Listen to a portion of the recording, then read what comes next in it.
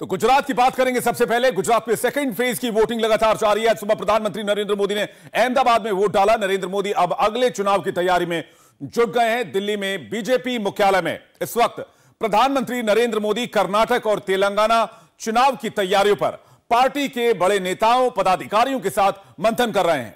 लोकसभा चुनाव से पहले कर्नाटक और तेलंगाना में भी चुनाव होने हैं, जिस पर मोदी का पूरा फोकस है। और यही वजह कि प्रधानमंत्री मोदी सीधा गुजरात से जब दिल्ली लौटे तो उन्होंने जाकर सीधा पार्टी ऑफिस में मीटिंग में शामिल हुए हैं। आपको बता दें कि इस मीटिंग में जो पदाधिकारी उस तमाम शामिल हुए हैं। इसमें इसके साथ ही जो हाल ही में नए नियुक्त किए गए हैं यहाँ पर मेन कोर कमेटी में नए नेताओं को भी यहाँ पर प्रधानमंत्री मोदी से मिलने का मौका मिलेगा।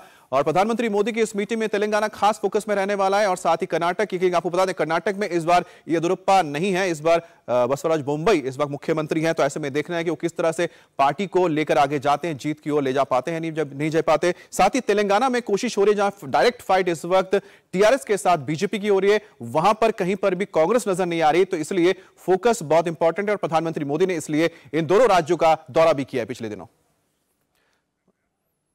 और गुजरात में दूसरे चरण की वोटिंग जारी है। प्रधानमंत्री मोदी, गृह मंत्री अमित शाह समेत कई वीवीआईपीज ने वोट डालकर अपने सपनों का बिजनेस शुरू करने के लिए आपको कोई भी बैंक बिजनेस लोन नहीं दे रहा। बिजनेस लोन लेने का सीक्रेट जानना चाहते हो तो फ्रीडम ऐप को अभी डाउनलोड कीजिए। वोटिंग राइट्स का इस्तेमाल किया और संदेश भी दिया। प्रधानमंत्री मोदी ने सुबह अहमदाबाद में वोट डाला। गृहमंत्री अमित शाह ने पूरे परिवार के साथ अपने मताधिकार का इस्तेमाल किया। सीएम भूपेंद्र पटेल ने भी वोट डालने के बाद बीजेपी की बंपर जीत का, प्रचंड जीत का दावा किया है। कांग्रेस से बीजेपी में आए हार्दिक पटेल ने पत्नी और मां के साथ विरमगाम में जाकर वोटिंग राइट्स का इस्तेमाल किया। यूपी की राज्यपाल आनंदीबेन पटेल और दिल्ली के एलजी वीके सक्सेना ने भी वोट डाला। 6 अलग अलग तस्वीरें जिसमें सियासी दिग्गज वोट डालते नजर आए। अहमदाबाद में ये तस्वीरें आप देखिए जहां पर आपको प्रधानमंत्री नरेंद्र मोदी से लेकर गृहमंत्री अमित शाह और सीएम भूपेंद्र पटेल भी अपने वोटिंग राइट्स का इस्तेमाल करते नजर आए। और सेकंड फेज में गोधरा हॉट सीट रहा है। गोधरा दंगे का एपी सेंटर रहा। ओवैसी की पार्टी ने भी इस सीट पर बहुत जोर लगाया है, लेकिन गोधरा का वोटर क्या सोच रहा है, वोटर क्या कह रहे हैं, हमारे रिपोर्टर दिनेश मौर्य ने यहां पर हिंदू मुस्लिम वोटर से बात की। लोकतंत्र के इस सबसे बड़े पर्व में गोधरा में कई सारी ऐसी तस्वीरें दिखाई दे रही हैं जो लोकतंत्र के विश्वास को और भी ज़्यादा मजबूत कर रही है। इस वक्त हम गोधरा में जिस बूथ पर खड़े हैं, इस बूथ पर सभी समाज, सभी धर्मों के लोग आ रहे हैं, प्यार मोहब्बत से मतदान कर रहे हैं और हंसते खेलते हुए इस बूथ से निकल रहे हैं। हमारे साथ 2 मतदाता हैं, युवा मतदाता है, इनसे बात कर जानने की कोशिश करते हैं कि यहाँ के मुद्दे क्या है। आप अपना नाम बताइए। मेरा नाम विपुल है। विपुल भाई, आप बताइए यहाँ पर जब आप मतदान करने गए थे तो कौन से मुद्दे आपके दिमाग में थे?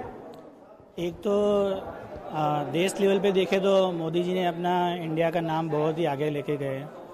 जो कई बार सुना था कि dogs and man Indians not allowed, वहाँ पे आज इंडियन भी है और डॉग भी है, तो वो एक चीज़ है। और देश लेवल पे देखना जाए तो बहुत सारी जगह पे आज इंडिया का नाम है।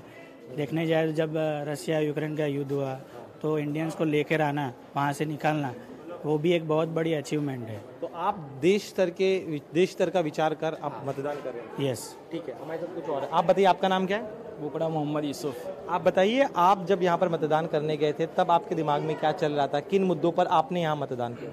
यहाँ पर देश के अंदर हालात कैसे हैं, जो भी समाज पार्टी आए तो उसके देश के अंदर जो गरीब कल्याण है उसके बस्ती में खाने पीने का इंतजाम, वो सब ध्यान में रखते हुए मतदान देते हैं। विपुल भाई, आप बताइए जरा, अब यहाँ गोधरा की हम बात करें तो एक ऐसी इमेज है यहाँ पर कि ये जो पूरा समाज है यहाँ का वो लगभग बटा हुआ है, धर्म के नाम पर वोटिंग होती है। क्या आप भी जब मतदान करने जाते हैं तो अपने का जो कैंडिडेट होता है उसके धर्म के आधार पर आप मत देते हैं या फिर आप मुद्दों के आधार पर मत देते हैं? मैं तो बट ऑब्वियस मुद्दों के आधार पर दूंगा, क्योंकि वो है 2002 में जो हो गया वो हो गया, ठीक है। लेकिन इतने साल में मैंने कभी ऐसा इनसिक्योर फील नहीं किया।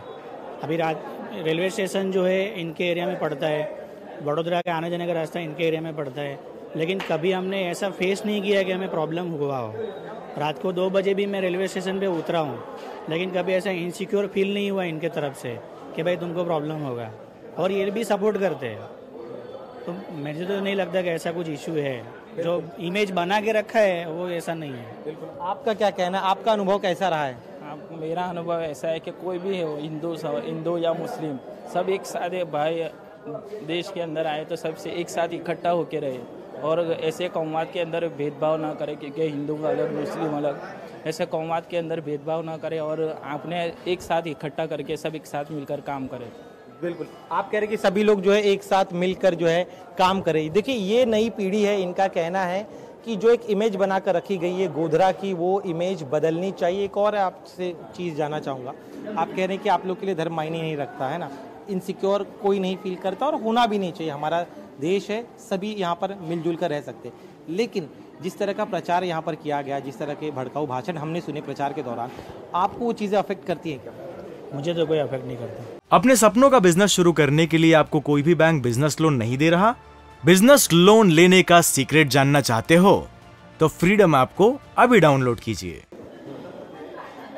मुझे कोई फर्क नहीं पड़ता कोई क्या बोलता है। अच्छा, पर्सनल लेवल पे मैं जानता हूँ ना लोग कैसे हैं। हम लोग मिलते जुलते, हमारा काम इनसे निकलता है।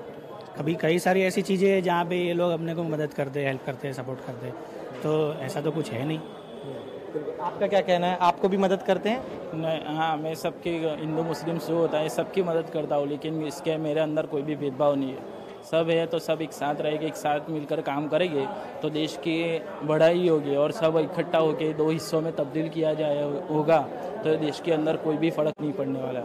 मतलब एक साथ हिंदू मुस्लिम जो भी हो सब एक साथ मिलकर काम करेंगे तो देश की मंगवारी जो है एक साथ आवाज़ उठेगी तो देश के अंदर काम हमारा बढ़ता जाएगा। लेकिन जिस तरह के नेता जो है, खासतौर पे मान लो अगर मैं ओवैसी का जिक्र करूं, वो आए थे, उसके बाद कई सारे ऐसे बयान देखे गए है ना कि पोलराइज करने की कोशिश की गई, ध्रुवीकरण हो रहा था। जब आप इनके बयानों को सुनते हैं, आपको लगता है कि ओवैसी का फैक्टर यहाँ काम करेगा? नहीं, वो ऐसा नहीं है। जो भी आए वो भगवान को, अल्लाह को सामने रखते हुए काम करेंगे तो इंशाल्लाह उसका कुछ ना कुछ बेड़ा पार हो जाएगा।